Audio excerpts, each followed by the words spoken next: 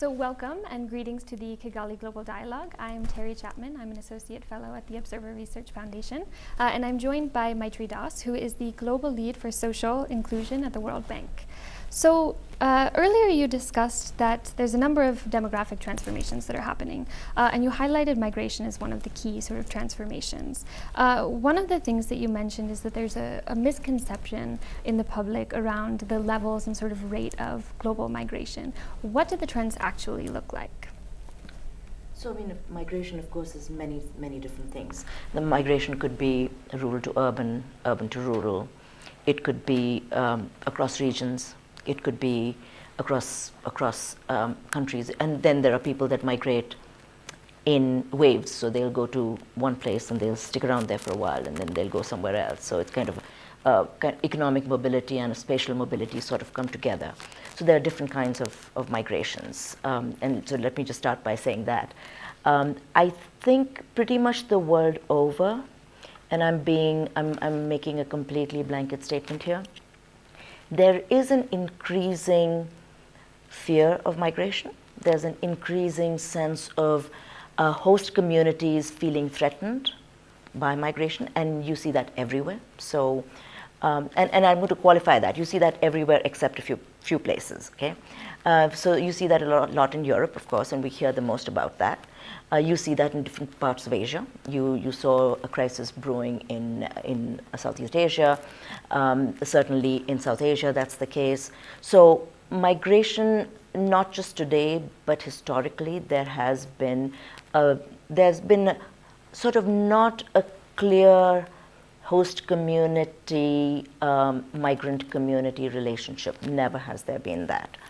But currently, what we are seeing are some very interesting trends. First, let's take a look at migration or forced displacement due to conflict, okay? And that's been in the news a lot. So, and contrary to the popular media reports, in fact, the highest number, the largest number of forced displaced people from about 2016 to 17 or 18 has been in Africa, has been within Africa. Middle East and North Africa still have the highest levels, but only slightly higher than Africa. So the buzz seems to be that Europe is getting all these migrants, all these refugees, oh my goodness, things are falling apart. But in fact, the action is really happening in Africa. It's really happening in Middle East and North Africa. And it's also interesting that many countries of Middle East and North Africa and Sub-Saharan Africa are perhaps the most welcoming and the most tolerant to migrants as compared to Europe and Asia.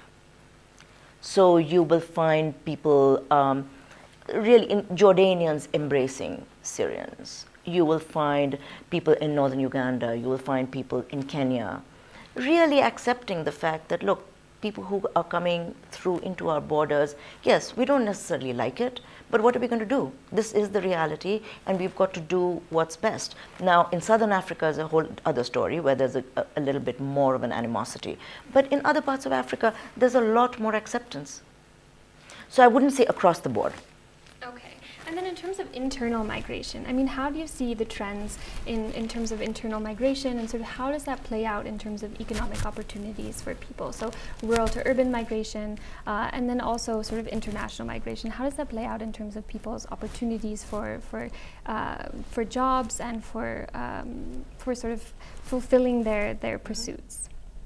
So look, people leave their homes and they migrate for two reasons. One is that they're pushed out because there's a crisis of some kind, or they don't have jobs, and so they're pushed out really for any number of reasons. A related aspect is that there are opportunities somewhere else, and so those opportunities pull these people. Most of these opportunities tend to be in cities. So you're not going to find a lot of urban to rural migration or a rural to rural, although that does happen. You find mostly internal migration taking place from rural areas to urban areas, and quite often it's cyclical. So it could be that people leave in their lean season and they go to cities and towns, they do some work, they earn some money, and they come back during harvesting season or during sowing or season. So it could be a seasonal migration, but it will also be permanent migration. And that really depends on the human capital that the migrants originally have. So people who have higher wherewithal in terms of human capital, financial resources, tend to migrate to better opportunities from a position of strength. Whereas people who have lower human capital, who migrate because of poverty, who migrate because they don't have any other options, don't actually have as good of a, they may have better opportunities than they did in their villages, but still, as compared to those people that migrated because they had higher human capital, they're nowhere near. So there obviously needs to be some kind of balance in terms of how much and how many people can migrate across borders. We see that there's a lot of animosity in Europe, as you mentioned, towards refugees in particular. But what do you think are sort of the policy levers that can and should be used for regulating migration, ensuring that there's some equality in terms of how people can move, how they can access opportunities, and what do you sort of see as an ideal framework for that? So I don't think there should be any regulations as far as migration is concerned. I think that if we believe in free movement of goods, we need to believe in free movement of people, and you can't have one and not have the other. So people will move to better opportunities, and why not? They absolutely should move to better opportunities. Let's not also forget that entire countries have been built on migrants. So there have been entire countries that have. And we, of course, know the most famous ones of those. But then there are entire cities that have been built, the city of Karachi. So then how do you think we can address sort of the fear, I guess, is what drives this animosity? How do you think we can address that to allow for more migration, for a sort of more open sense of people moving across borders? Because I totally agree with you. I think that if we allow the free movement of goods, we should also allow for the free movement of people. And so what do you think needs to be done to kind of sort of help facilitate that and deal with the fear that people have? So I think the biggest barrier is information. And it's information and misinformation.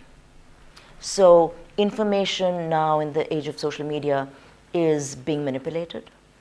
It can be manipulated by interests that don't want certain people to come in.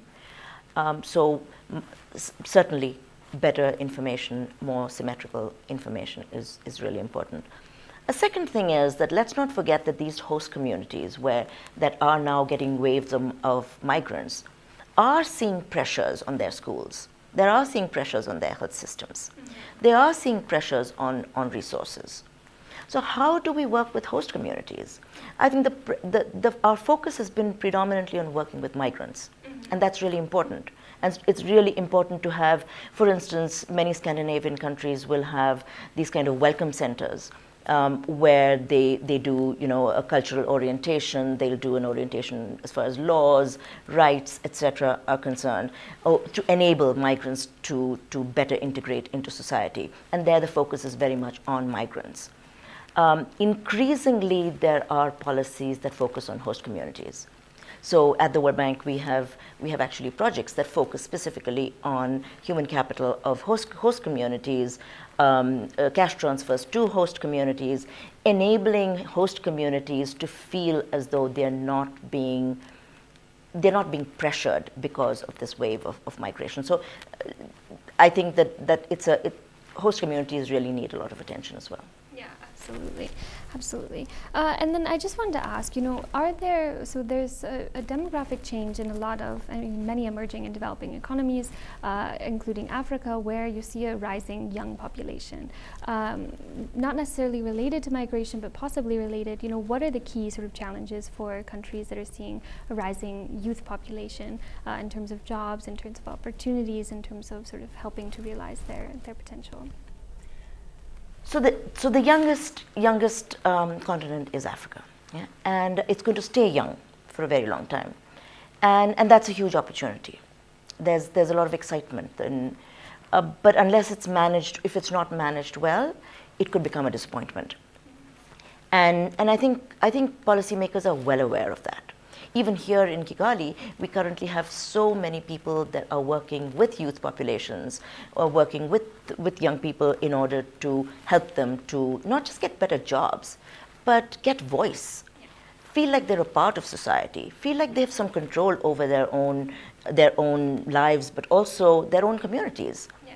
So it's not just the jobs, it's about really giving them the dignity that they deserve as not just as citizens, but as residents.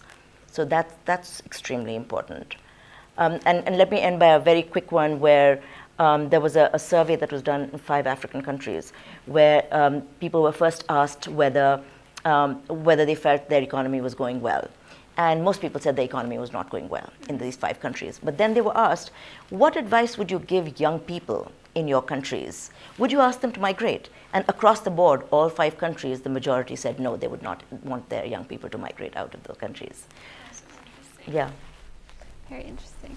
Okay, well, I want to thank you for taking the time to discuss this, and thank you all for joining us at the Kigali Global Dialogue, and thank you. Okay.